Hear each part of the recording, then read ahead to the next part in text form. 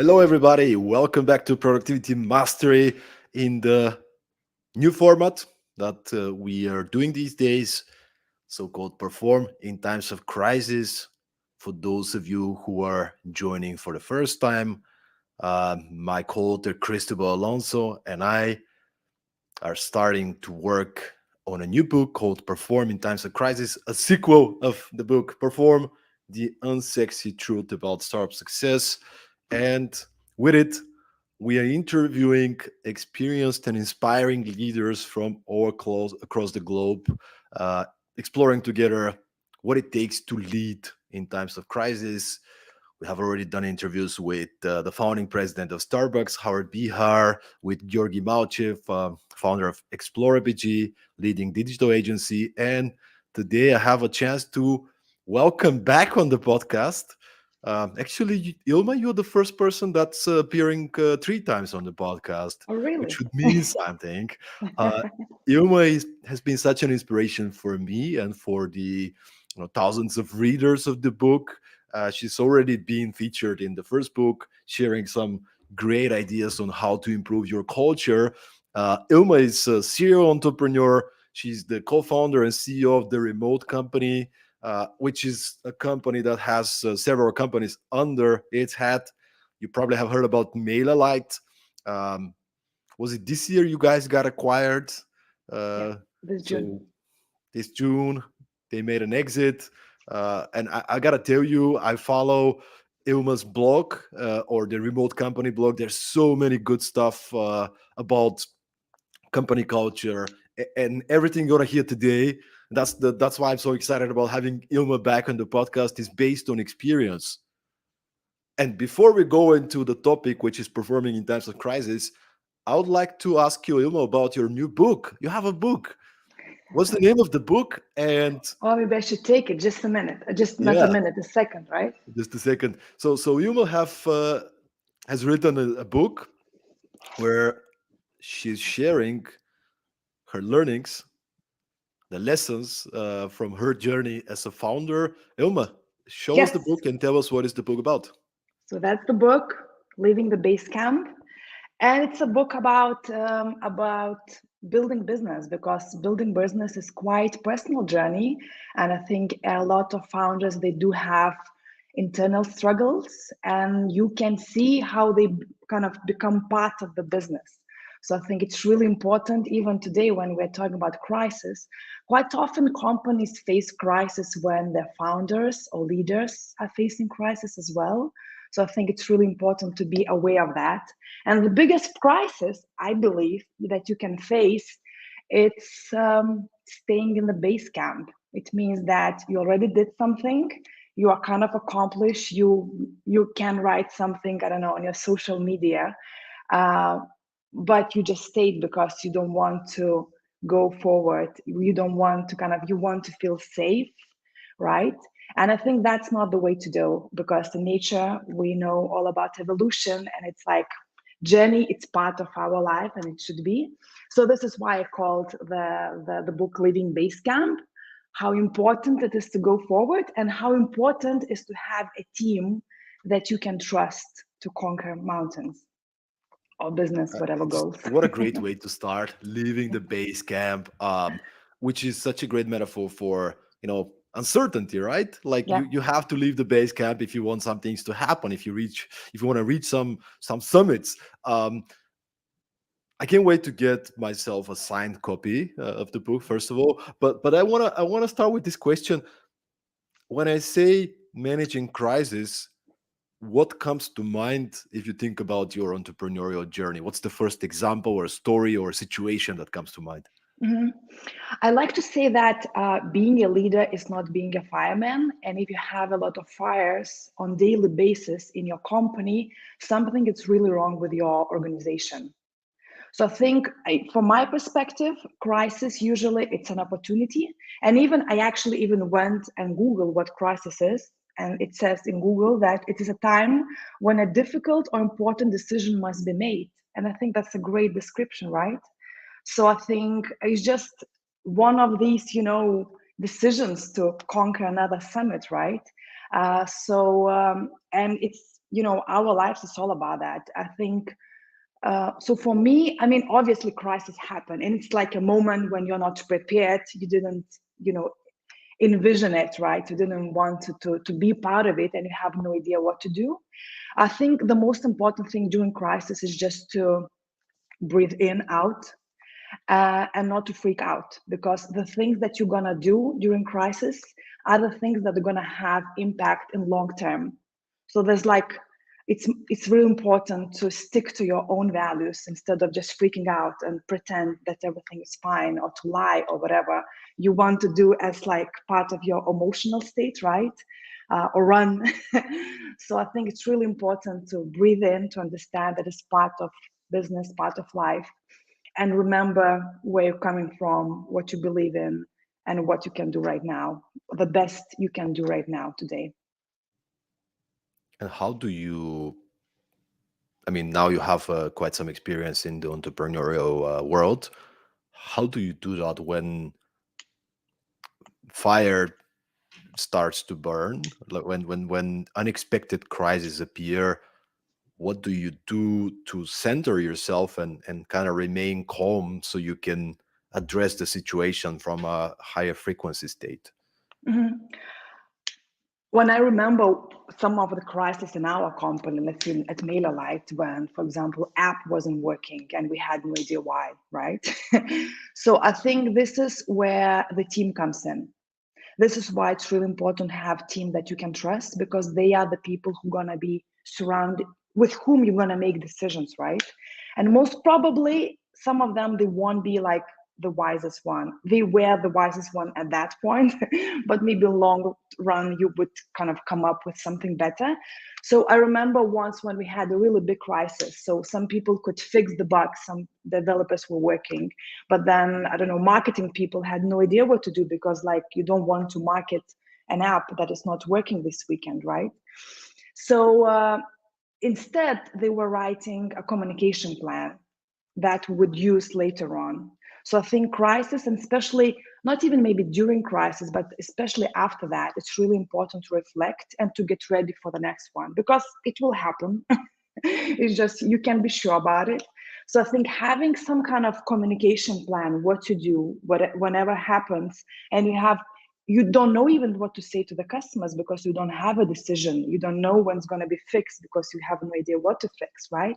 So this is when we wrote the whole plan, even what to do, and that we want to be open with our customers, and we're gonna say what it is, and we're gonna, I don't know, there was like even time frame how often we say what, depending on the situation, Is if that we is that know a what's happening or is not. that is that is that a crisis management plan in a way? Crisis management and communication is one, right? Yeah, for sure. So I think, have, and I think it's easier to make when you're already in a crisis because you have some experience. And so I think it's really important to be aware of your what you do, and then the crowd that surrounds you that might help you. It's really, really essential. Love it. So those of you listening, maybe you want to consider already now having a plan, or the first time the crisis hits, and then you can come down with the step by step.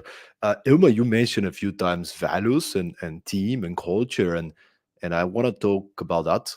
As you know, the first chapter of the book, of the acronym Perform, the first letter is purpose and values, Mhm. and we truly believe in this. And I know how much you believe in culture and values. And what do you think is how important is to invest in culture in relation to being able to address a crisis later when the crisis hits in a Mhm. smoother manner as a team?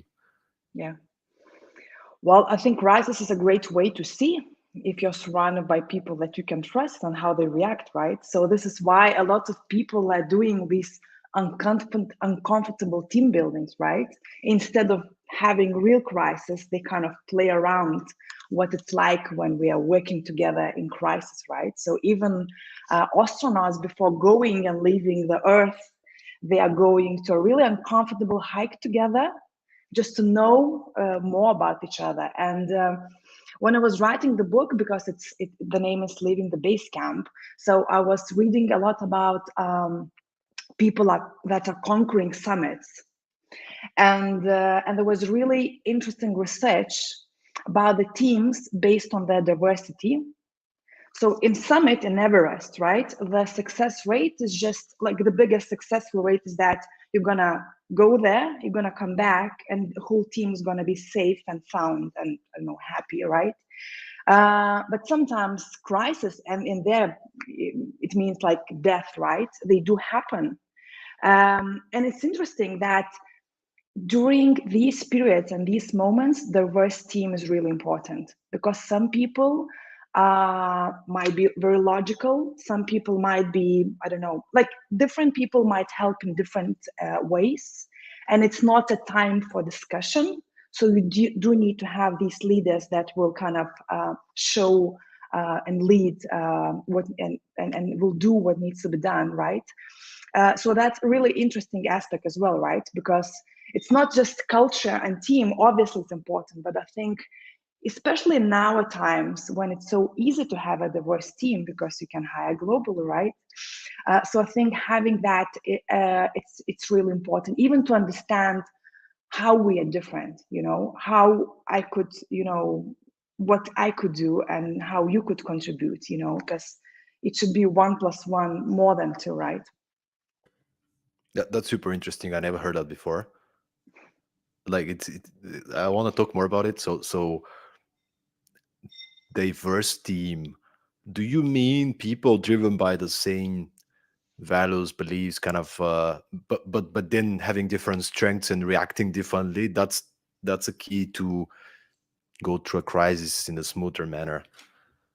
I think so, because these people who are like going to mountains, so they have one goal, right? They're all like they trained for that. They did a lot of stuff before that to be able to to go to the mountains, to go to the Everest. And if it's fine, you can be with a very similar minded people with a similar even personalities. You can, I don't know, sing along together the same songs, and it's totally fine. But if there's something that um, anything that is like kind of crisis moment, a difficult moment when something happens urgently, this is when it's not about democracy that much. This is why it's really important to know who can help how and who's going to be the leader in the team. So yeah, I was surprised by that research as well, but it's been done for more than 50 years. So they're just writing down the groups where they're from, because every nationality we do have to tendency more into, I don't know, different kind of leadership, let's say, right? Oh, that's super interesting. I think it makes sense. Just really made me think now. And you mentioned that companies often will do these kind of team buildings and retreats where they'll artificially put people in stressful situations so they can see how they react as a team.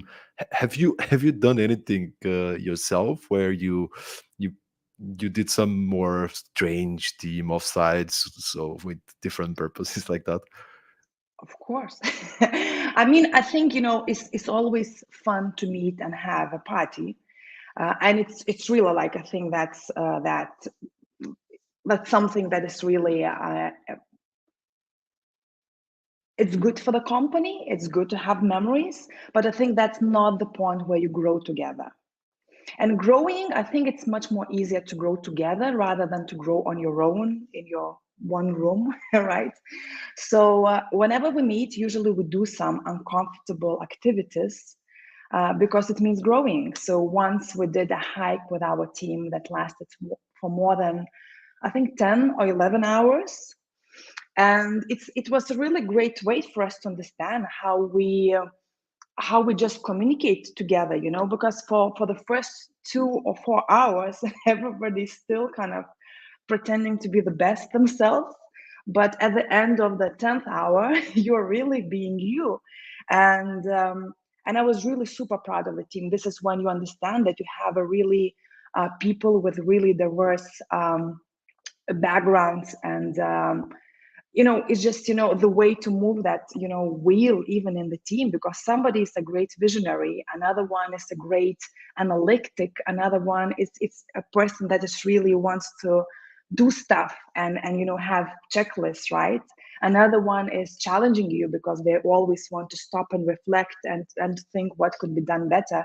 So I think whatever situation is, knowing yourself in uncomfortable moments is just a shortcut, right? That's really interesting. Many people listening, maybe from bigger companies, would be thinking 10 hours of a hike, they'll file complaints, people would be unhappy and so on. But I would imagine if you have this as part of your culture, as part of your values, this kind of resilience, and I'm looking at the values of right now from the webpage of the remote company. We focus on people, we learn and transform, we simplify, we take responsibility. Here's probably the part, right? We are positive, even if we have to hike for 10 hours, I guess. Yeah, one thing that I didn't mention is that every team had a psychologist together hiking. And the next day after the hike, we spent the whole day talking. Where were the moments that we didn't feel comfortable? What was wrong? Where some people maybe stayed silent, because being silent is a decision as well, right? And working remotely, if you have a lot of people staying silent, you might didn't notice a lot of important things, right? So I think having being done it together with the professionals, it's even better because they do know, limits to people and they can create your team. But at the same time, they are professionals, they do know what needs to be done. And I think having these conversations and reflecting in general is something that we don't do too much, I think, in our world right now. We're just running. So I think it doesn't matter if it's a hike, if your crisis is a hike, if your crisis is something else, to stop and reflect and talk about it. I think it's really important step to learn and grow together. And then probably in this context would be great for you to give a bit of a picture to the audience. How many people are you? How many countries do you operate from? And the whole remote. It's the remote company, right? But I think people probably would be good to know what does it mean that you guys are a remote company. So the remote company unites 6 SaaS products, business to business tools, and we are a team of 100, I think, more than 140 people that are based in 35 countries. These countries are obviously changing because some people do travel a lot. And we are working from, I think, 14 different time zones. That's another kind of challenge as well. And we've been doing that not after COVID. We've been doing that for the last 8 years. And I think that's going to be relevant for everybody listening right now, no matter if you're a founder or you work for a large company. The last couple of years, the world changed quite a bit. The preferences of people, the style of working, hybrid work model, working from the office remotely, it's completely transformed. And maybe if you can share with us, how did you manage to find your rhythm, having in mind you are in these 10, 11 time zones? There's people from so many different national. How do you find your rhythm in terms of communicating and being productive while working remotely? Mhm. I think in our case, it was much more easier because it was our decision and we made it on our own time. So we had the luxury to experiment, to try out, to see what works for us, what didn't. Another thing that is a big advantage from our perspective is that we always hired globally and remotely. It means that we don't have to convince anyone to work remotely because this is what they applied for. So I think it's much more easier than for the companies who started working remotely because of COVID, especially if they have the friction of people wanting to go to the office and people who want to stay at home. I think having hybrid team is much more difficult than being remote first or office first, or because it's really challenging. And I think it should start with being just super transparent. So in our case, what we do, we even write our personal manuals, how to work with me. So I have a manual how to work with me, and I think it's really important for somebody that joins my team to understand what to expect from me, because it might be very different things, right? We recently had a really interesting discussion about emojis. Some of our team members believes that emoji with the just smile, it's something that is it's kind of bad and it's not positive. So I'm learning as well. I think we just what is really important most probably is just to be okay that we don't know a lot of stuff, and we have to be open about it and be clear about it. And if you are not okay with some emoji, it's better to talk about it instead of assume that everybody is just like you, because we are not. So even when we on board, we are giving some content about global perspective. And for example, how are you or how do you do? Is it a question that you want to hear an answer to? Or is it just hello? And it depends on different regions, right? Here in the United States, it's just a greeting. Nobody wants to hear that you are bad, that you just had a bad day, right? So I think having that perspectives and starting like as a default that we are not the same, but our default setting that we are different. And now let's find how different we are and how we can work together and how can we complement each other. Um, that's a journey that we are doing and will be doing, because I think it's just a process, never ending. And what are some of the items on the list of how to work with Ilma? I am the one that might come up with a lot of ideas during the weekend on evenings. So I usually write that on Slack, but it doesn't mean that somebody has to reply. I just don't want to forget. And that might be very different ideas. I might write one to marketing department, another one to support team. And some of them before actually sharing that and before, because it's written format, some of the team members said, "Oh my God, I like right now I can just have my weekend and don't worry about your Slack messages, because before I had no idea if I have to reply, and they're like out of nowhere." So like I don't know, do we have to make a project out of it, or is it just an idea? So I think being clear. First, you have to know yourself. Then you have to be able to communicate it as clearly as possible to your team members. Yeah, and sometimes reminding them uh, again and again, because they might, we all forget, we're humans, and we forget that, as you said, some people, most people do not see the world exactly the way we see the world, right? Yeah. And if you are on Slack on Sunday, it's just because you don't want to forget it, but somebody might be like, "Oh my God, my boss is writing me. I need to reply to that," and you don't want to mess up the weekend of somebody. You just Yeah. want them to, but you need to know that. This is so cool. The expectations on how to work with me and having discussions around it. Um, okay, let's talk about the remote work management. Mhm.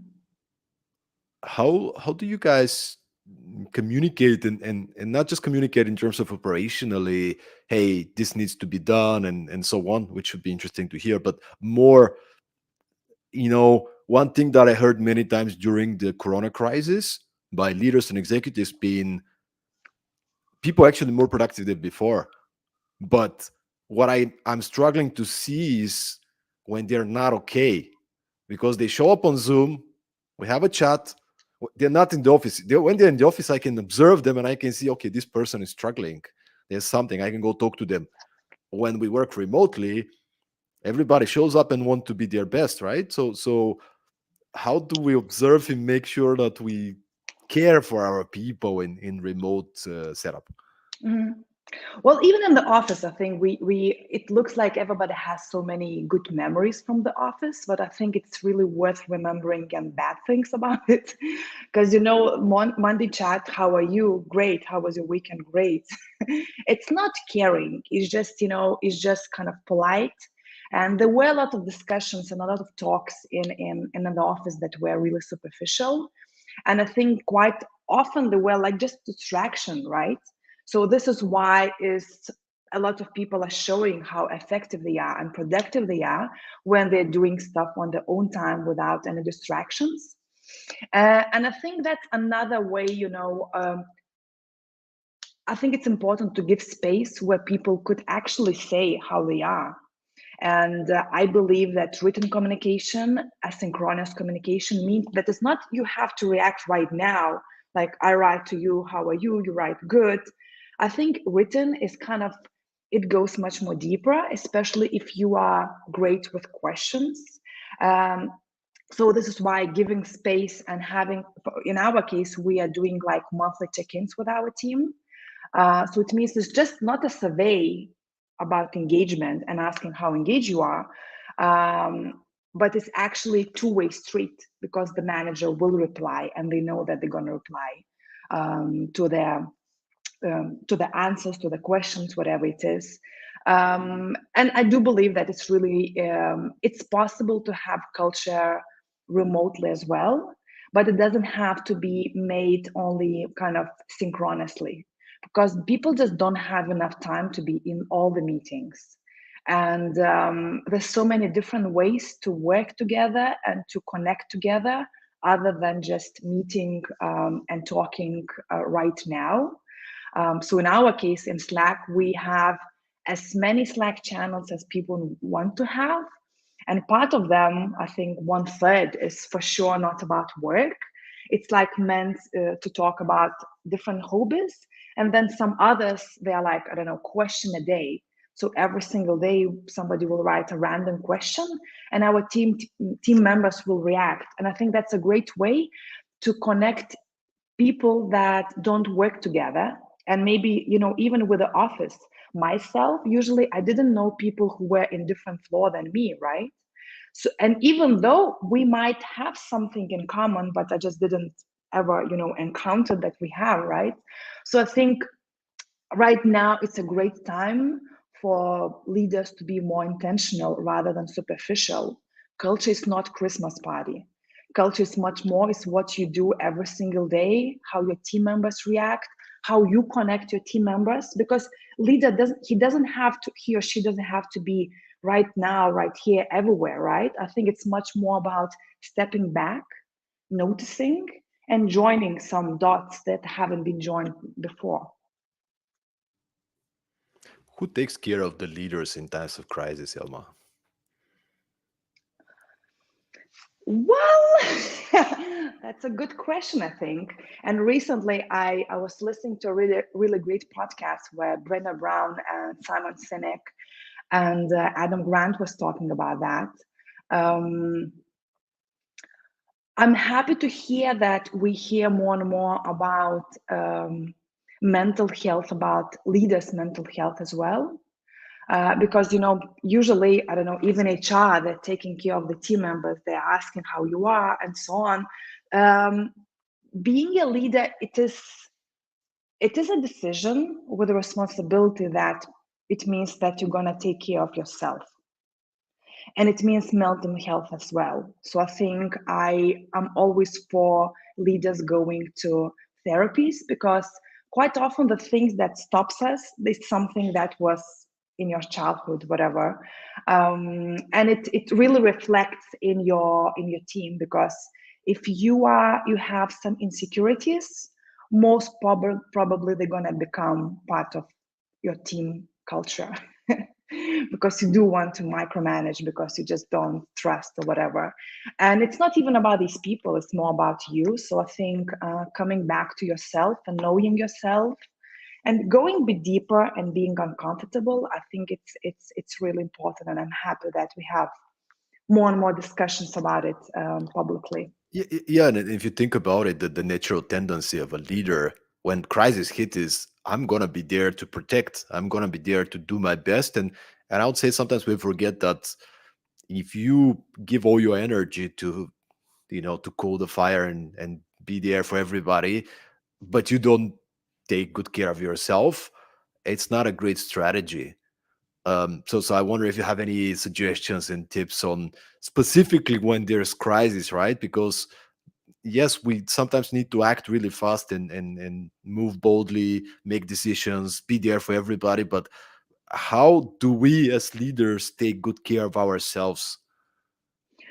Well, I think crisis is not something that should happen every single week. It's something that is really, it hits once in a while. So I think this is why it's really important just to take care of yourself daily. It's just, I don't know, like being a mom, right? When you become mom, usually you just stop being sick because you don't have time for it. So I think, having rituals on daily life, how you're taking care of yourself, getting enough sleep, I don't know, um, walking or whatever, taking care of your mental health, whatever it is. For some people it might be going to taekwondo, for others it's just having meditation. I think it's really personal. This is why it's really important to know yourself, because during crisis most probably you will be working during the night, and most probably you will have, it will be kind of stressful, and that's fine. This is what you need to do, what needs to be done, and it's totally fine. But I think this is why you have to be your 100% on daily basis, because whatever happens, you're going to have the energy. And I think we do tend to talk a lot about like time management, but I think we have to talk more about energy management, right? So that we will be always 100% with our energy to be able, to react to the crisis, because it's not just crisis and stress. I think crisis is always also a big opportunity, and this is where you have to step back as well to see if there's any, right? I live in New York City, and recently I went to the Museum of the City, and there was a story about what they did during the Great Depression, right? So this is when the city put all the money to public spaces. So it meant that people would get work because they built a lot of swimming pools and parks. But at the Really? same, yeah, at the I same didn't time, know that. at the same time, it meant that all the kind of New Yorkers that were really struggling, they got these parks and they got these swimming pools. And I think being able to make a decision on the crisis, this is where great leadership comes in. Being a great leader when it's all good, it's easy. I think we always have to be, we should be looking for these opportunities and for these, other steps and making big choices. And sometimes it might be crisis might be a right moment for that. Yeah, this is so good. And the as you said, leaders are burdened with they have to make the tough choices, right? The tough decisions in difficult times. And I do believe the recent pandemic, the COVID crisis, one of the challenges for many people, which is I think is correlated with the increased mental health challenges, has been exactly the fact that we've been locked home.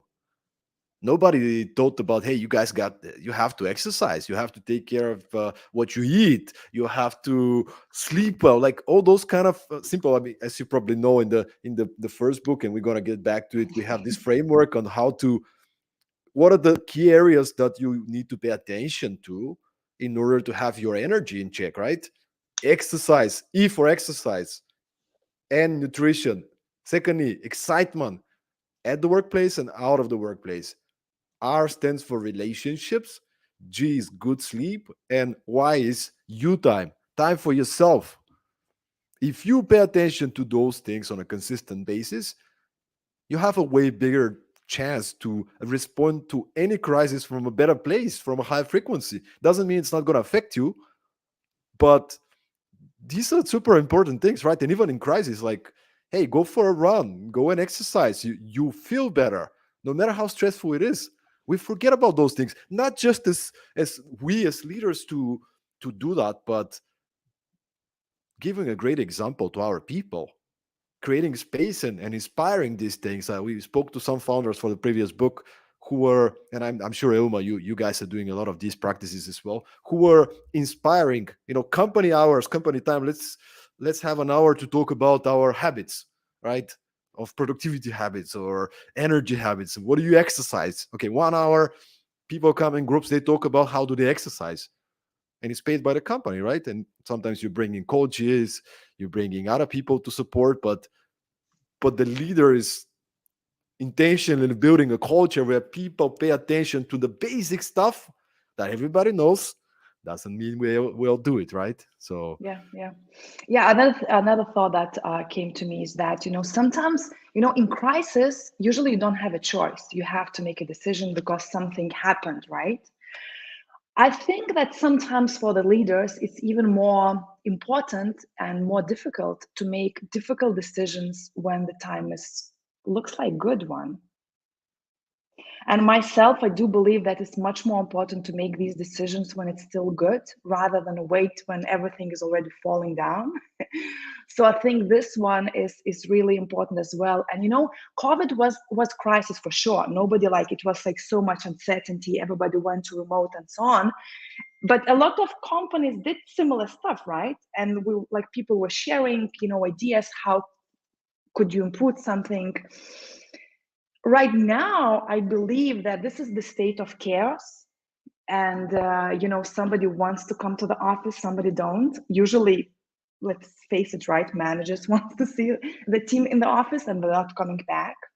We have the kind of the situation of financial crisis somewhere in the air as well, and I think right now it's kind of you won't call it crisis, but it for sure it's it's full of uncertainties, right?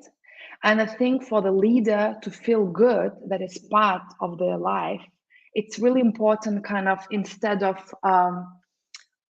try to kind of try to go with status quo or try to go how the world was in 2020 at the beginning, right? So I think right now it's even more important to know yourself, to know your values, to have trustworthy team, and to understand why you want people to bring back to office, for example, or why you want people to be in the meetings, I don't know, for 10 hours a day, or why. I think it's a right timing to ask these questions and to understand there's no way to come back how it used to be, and that right now it's a time to make these difficult decisions that might have really a big impact for the long term or on businesses. and in that context, I wonder. By the way, I think it's an important question because people listening to you, Ilma, you have this positive energy. You appear so confident and calm, and building all these businesses, so super successful lady, right? And I think people sometimes forget that we're all human because they see you on podcast and it's like, oh, she has it figured out, right? But I wonder, first of all, do you have bad days? Right? And when you do, let's say, because one of the things about crisis could be, I don't know, legal issue, right? 2 weeks or a few months. So it might not be a day, it might be months. And that means it could actually exhaust you. It can put you in a very overwhelmed situation, no matter how much you care about your energy, right? Mentally, physically, whatever. I wonder, when you have been in situation of being overwhelmed or exhausted, and you do have to make some tough choices to more or less, what is the less bad choice, not like what is a good choice, right? How do you get the courage to decide? Like, do you have any practices, anything do you do to be able to lead in such times? Mhm. Well, to begin with, I like I like going deeper into wordings. I rarely call something crisis. It's just like problems. I call them challenges. So think whatever I think, and it helps because you look at problems different when you call them challenges. Because this is when you not just want to fix, but you tend to see even some opportunities there. So I think whatever happens, I don't even remembering myself saying that we have crisis. I mean, maybe when maybe that weekend that I told you before about, right? When it's suddenly nothing is working, and it's because crisis is something that can't um, last for a long time, because just as human being you can't feel stressful for a long time. It's really bad for your body, for your mental health, for your energy, right? So I think, and there's a great, I think, research on fear of speaking publicly. They did research with people who would be afraid of that, and they would say how they feel, a day before the speech, 10 minutes before, and so on. And then they did the same with famous singers. Interestingly, that they have the same things going on in the body. The reaction, how they react and when they think what's happening are different. Some people would say, oh, it's stress, like it's crisis, whatever, I won't be doing that. And others would say, oh my God, like I feel that like my body is getting energized, and it's like I'm gonna go to the stage. So I think the way you react and even the way you word that thing that's going on with your life, it's really this is the only thing that you can control. And every time when I have a choice, whatever happens, I think we were doing workation in Venice, and I got 3 flights were canceled. So I would book a ticket, and in an hour I would get it canceled because it was some kind of uh, crisis. um, and you just make a choice. If there's something I can control, or if you can't control, what's the point of me freaking out, right? So I think going to your head and watching how you're reacting, it's really great, like on daily basis, just watch how you react on different things, and make habits, build habits, that you are not just, that you are conscious on your reactions, rather than just, you are being emotional about everything, and you are, I don't know, screaming whatever happened. I think making a choice, it's important, and being conscious and intentional about the things that are going in your life, especially if you can control them, right?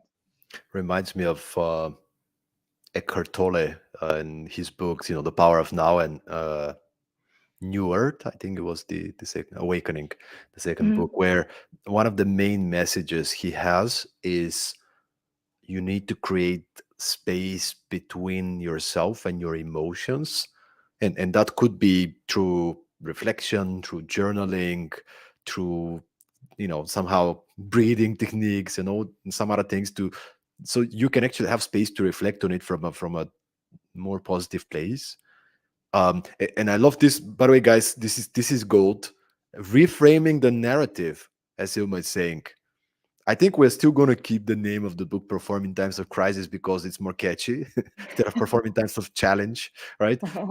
But that's a different thing. But when crisis hits, not only you have to change the narrative so you feel better about a situation, but you're the leader, and your job is to decrease the amount of stress to everybody else. And one of the areas of Perform, R stands for robust communication.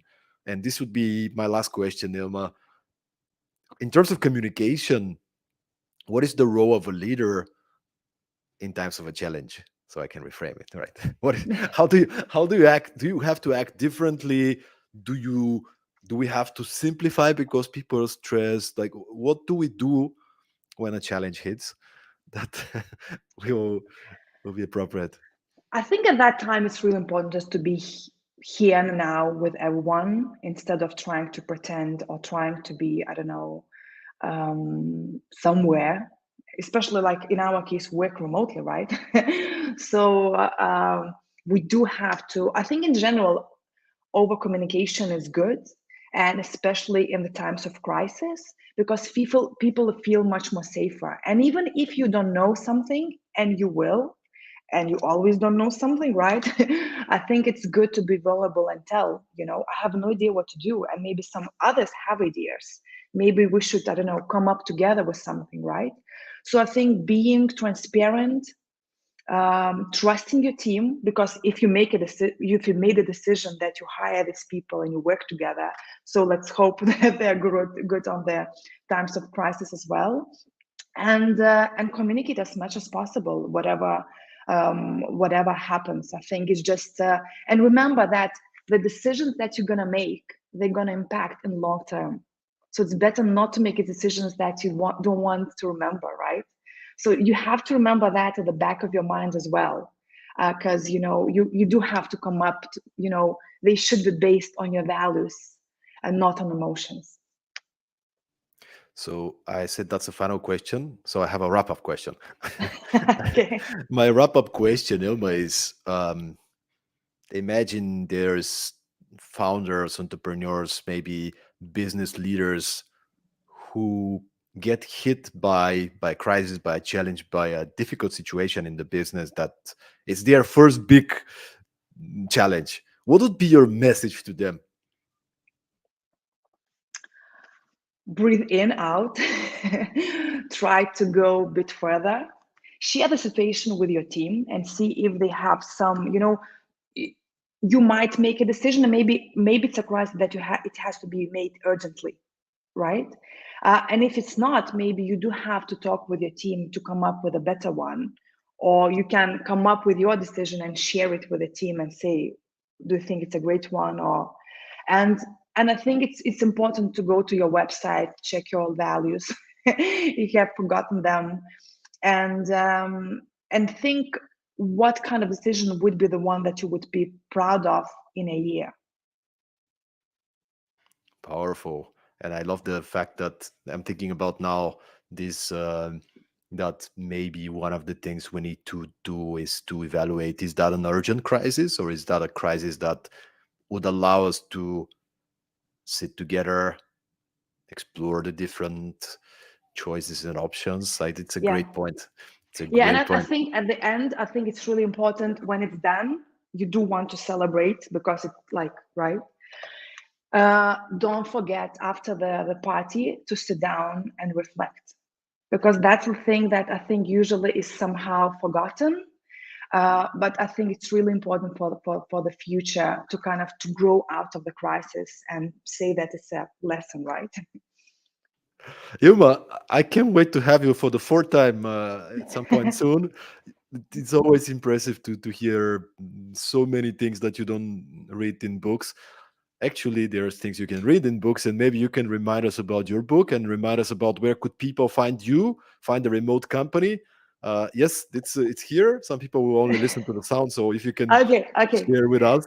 So the name of the book is Leaving the Basecamp, and it's gonna be on Amazon in November. So stay tuned, and you can follow me. I don't know. You can find me on LinkedIn, Ilma Tiki, or you can find me on Twitter, Ilma Tweets.